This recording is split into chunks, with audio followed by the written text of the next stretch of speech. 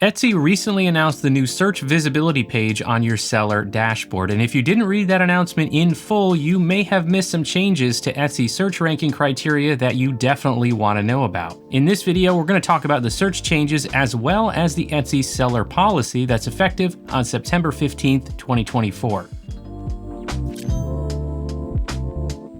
Okay, so let's start with the search updates, and this is where there are a couple things that may impact your shop. You can find the details to this in a recent post about the new search visibility page and in the seller handbook. I will link to those pages in the description so you can check them out for yourself. Okay, so the information included in this update is not entirely new. There are some things that Etsy has been doing for a while with search, but they're just being a little more clear about their impact on search ranking now. Examples of that include info about search placement relating to customer service and average review rating, message response rate, and case rate from the past 3 months. This isn't new, but they're being a little more transparent. Also, listings should include a return policy. It doesn't matter if you don't accept returns, but your shop needs to have a return policy in place and assigned to your listings. I've talked about this before, and again, it's not new, but they're letting us know it could hurt search placement if we don't have a return policy listed for our shop and assigned to our listings.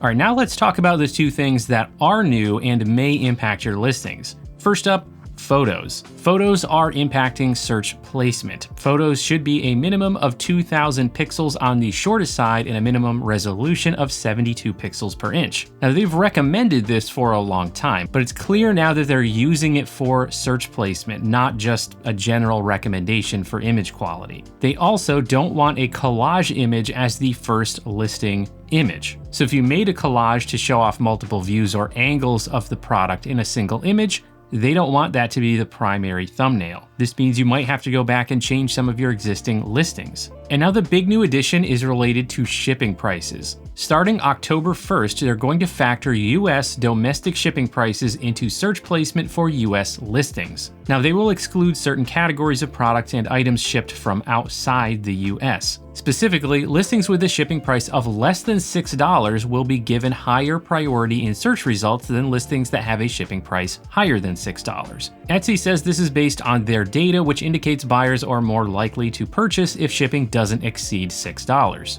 Now, let's just take a second to talk aside about star seller. Etsy says your star seller status doesn't impact search placement directly, but there's quite a bit of overlap between the star seller criteria and the factors that impact your search placement. Star seller factors include your message response rate, on-time shipping and tracking rate, average review rating, and Etsy mentions all of those things in the seller handbook article about factors that influence your search ranking. However, they do state that your on-time shipping and tracking rate does not currently actually impact your search ranking, even though they mention it in that article. There are a couple other differences. For message response rate, the search factors indicate responding within 48 hours is part of their service standards, while the star seller criteria measures your response rate within 24 hours. And with regard to reviews, the search criteria only mentions getting 4 and 5-star reviews without a specific average, while star seller has a specific target of an average review score of 4.8 stars or better. So while your status as being or not being a star seller may not directly impact search ranking, if you do meet all the criteria to earn star seller, then by default, you're also helping your search ranking. Just keep in mind there are more factors impacting search, like the image standards we talked about, the new $6 shipping criteria starting October 1st, and whether or not you offer the free shipping guarantee in the US. All right, now let's get back to that shipping change more specifically for just a second.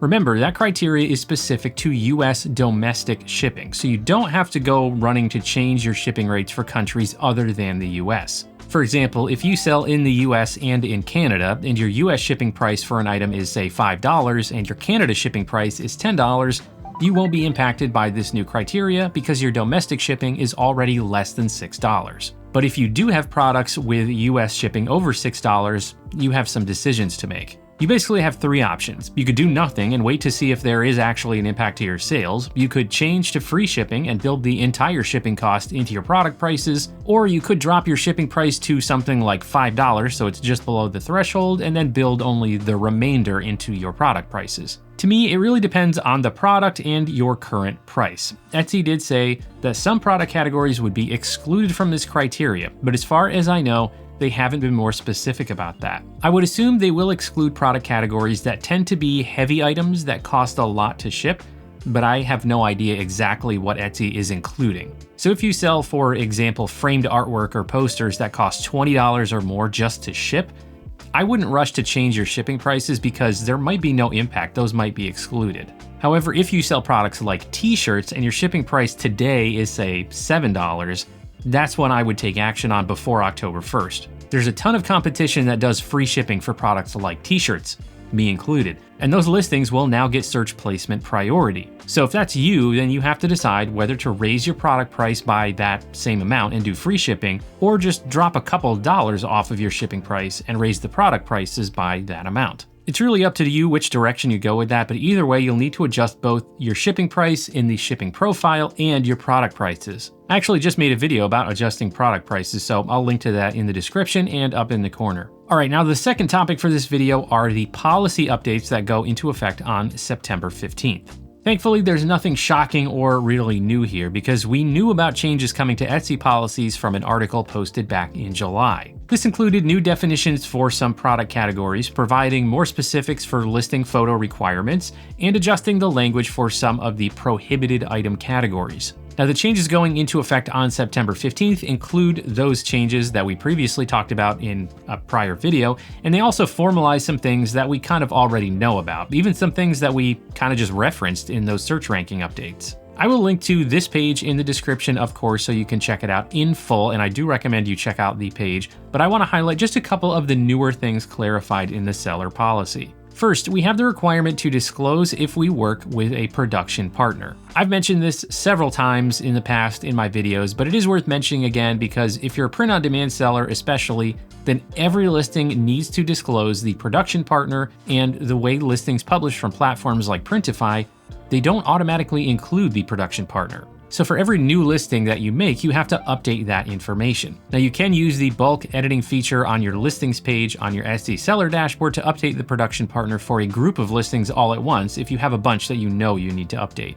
The second thing is a newer requirement to disclose the use of AI to make your designs. The policy indicates that if AI was used in the creation of your product, you have to disclose it in the listing. You can use AI to assist in creating designs, and I do myself. Sometimes you just want a particular element or image that doesn't already exist, and if you're not a graphic artist, like me, then AI tools like Kittle's image generator can come in really handy. But now you need to disclose that in your listings, and I've started putting this sentence at the bottom of any listings where I used an image generator, even if it's just for one small element in the design. Now, the requirements for listing images are also part of this updated seller policy, but I talked about the requirements for print-on-demand sellers in detail in the video linked in the corner right now, as well as in the description. So go check that out if you haven't seen that video about avoiding mock-up image mistakes, because I talked all about how to make sure you're meeting the criteria for the policy. One of the main takeaways from that update, though, was just that if you sell personalized items, you can't use an image as your primary thumbnail image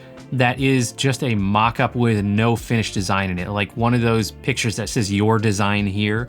You can't use those as the primary image, but you can still use a mock-up. It just has to show a finished design. So like I said, check out that other video for all the details on mock-up images, but that was one of the main takeaways as something sort of new that you really want to pay attention to, especially if you sell personalized. All right, now there's nothing really new here in this section about what can't be sold on Etsy, at least not anything that would change the way we do anything as print-on-demand sellers. These are pretty obvious rules. You have to sell a physical product and don't violate any of Etsy's policies with those products. This does include intellectual property rights, but again, selling designs that include trademarked or copyrighted material was never okay, regardless of how many times you've seen someone else do it. Kind of like running a red light. Just because lots of people have done it and will still do it, and they haven't faced any repercussions, that doesn't make it okay to do. The last thing I'll mention is the section on managing your Etsy shop. In this section, they outline several rules that we already know about, including honoring your shop policies, accurately representing your items in your listings,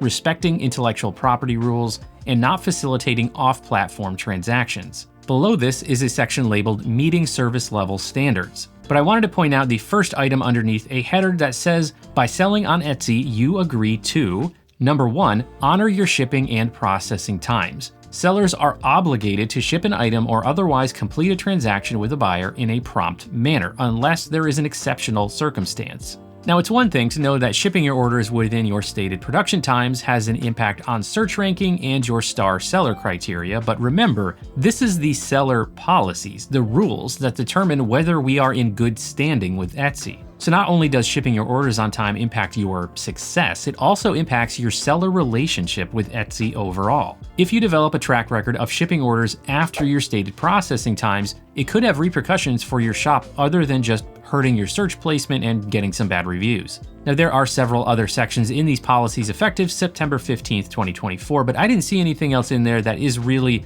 different than how we should already be operating. But as I said earlier, take a look at this page for yourself to make sure your shop is complying with all the seller policies. This has been a busy year for changes at Etsy, and the year isn't over yet, so stay tuned to the announcements page of the Etsy seller forum, and of course, don't forget to subscribe to the channel so you don't miss any future videos. Thank you to all subscribers. I do appreciate your support. Thanks, everybody.